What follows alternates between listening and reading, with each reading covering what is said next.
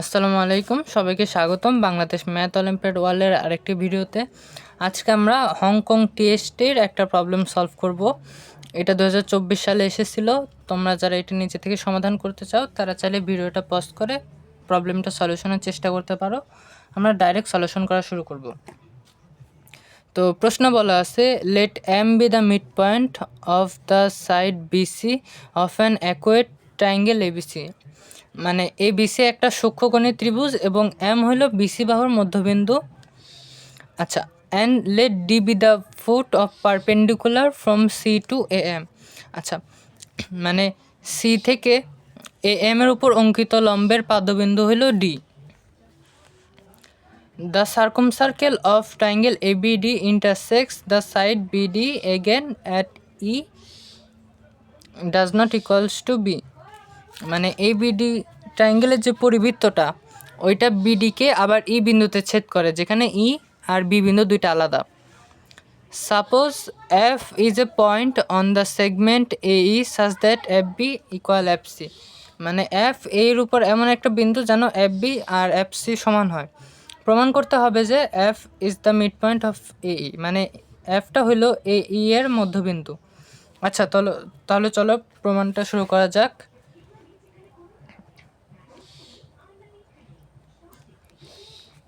আচ্ছা দেখো, এখানে প্রথমে কি বলছে যে এফ বি আর এফ সি দুইটা ইকুয়াল, আবার এম এটার মধ্যবিন্দু। তাহলে যদি আমরা এফ এম যোগ করি,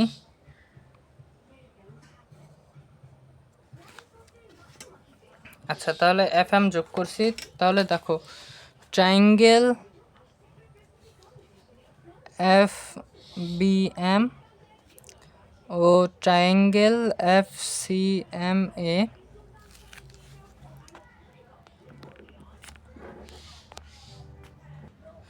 আচ্ছা দেখো, এফ বি এম আর এফ সি এম এর মধ্যে এফ বি আর এফ সি এটা তো সমান, প্রশ্নেই দেওয়া ছিল। আবার এম বি আর এম সি দুইটাই সমান, কারণ এম হইল বিসের মধ্যবিন্দু। তাহলে এফ বি এম আর এফ সি এম এই দুইটাও সমান হবে, কারণ এটা একটা সমদ্বিবাহু ত্রিভুজ। তাহলে আমরা বলতে পারি যে এফ বি এম আর ট্রায়াঙ্গেল এফ সি এম এটা সর্বসম ত্রিভুজ। আর সর্বসম হইলে কি বলতে পারি যে এফ এম বি আর এফ সি এম এই দুইটা ইকুয়াল হইলে কি এটা সম্পূর্ণটা 180 ডিগ্রি, আর দুইটা যেহেতু সমান তাহলে এক একটা 90 ডিগ্রি করে পড়ে। আচ্ছা, তাহলে আমরা এ থেকে বিসির উপর একটা লম্ব আঁকবো। ধরি এটা এন বিন্দুতে ছেদ করে বিসিকে। আচ্ছা, ধরি এটা এন বিন্দুতে ছেদ করে, তাহলে এটাও 90 ডিগ্রি হবে কারণ এটা লম্ব। তাহলে এখন আমরা বলতে পারি যে A N C equals to A D C equals to 90 degree, কারণ দেখো এটাও 90 ডিগ্রি, এটাও 90 ডিগ্রি। তাহলে বলতে পারি যে A N D C is cyclic, মানে বৃত্তস্থ চতুর্ভুজ। কারণ দেখো দুইটাই কিন্তু এসি চাপের উপরে 90 ডিগ্রি, তাহলে আমরা বলতে পারি এই দুইটা বৃত্তস্থ চতুর্ভুজ। আচ্ছা, আবার খেয়াল করো যে এই ডি বাহুর উপর যে এম পয়েন্টটা আছে না, এম পয়েন্টটা তোমার পড়ছে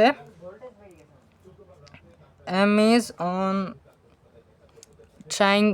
সাইক্লিক চতুর্ভুজে পড়ছে দুইটা, A B D E cyclic, A B D E and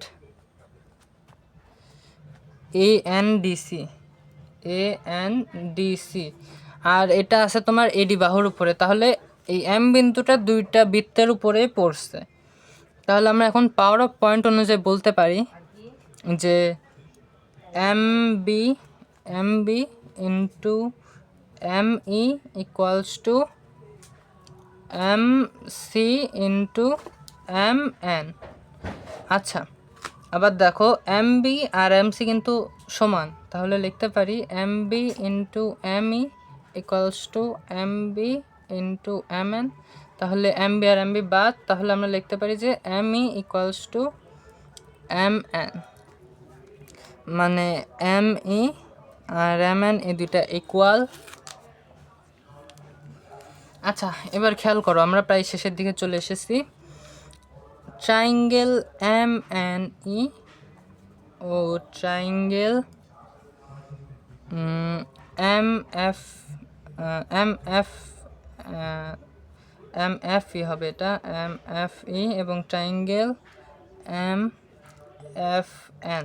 আচ্ছা দেখো, M F equal M F, কারণ এটা সাধারণ বাহু, আবার M N equal M E, এটা আমরা একটু আগে পাইছি। এটা আরেকটা যে F M N equals to F M E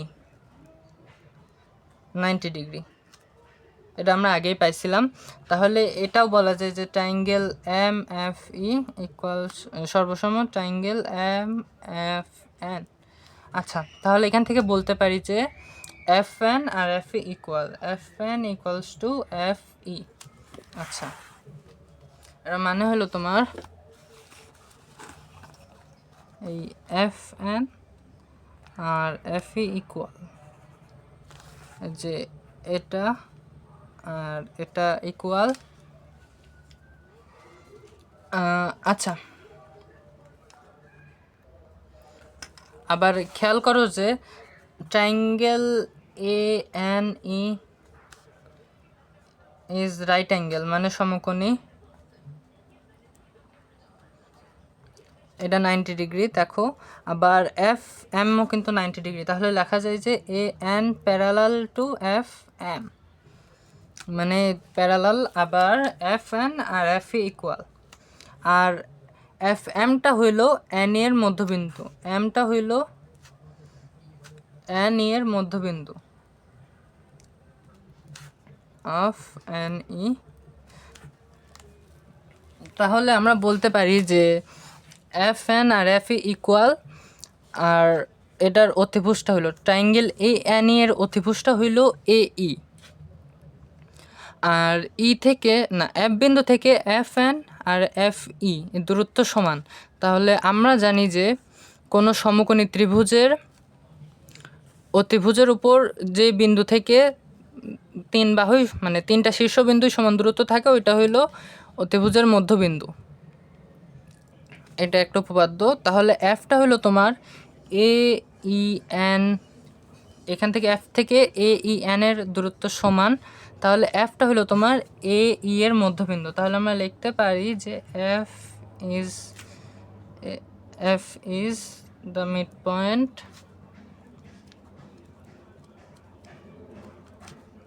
of A E.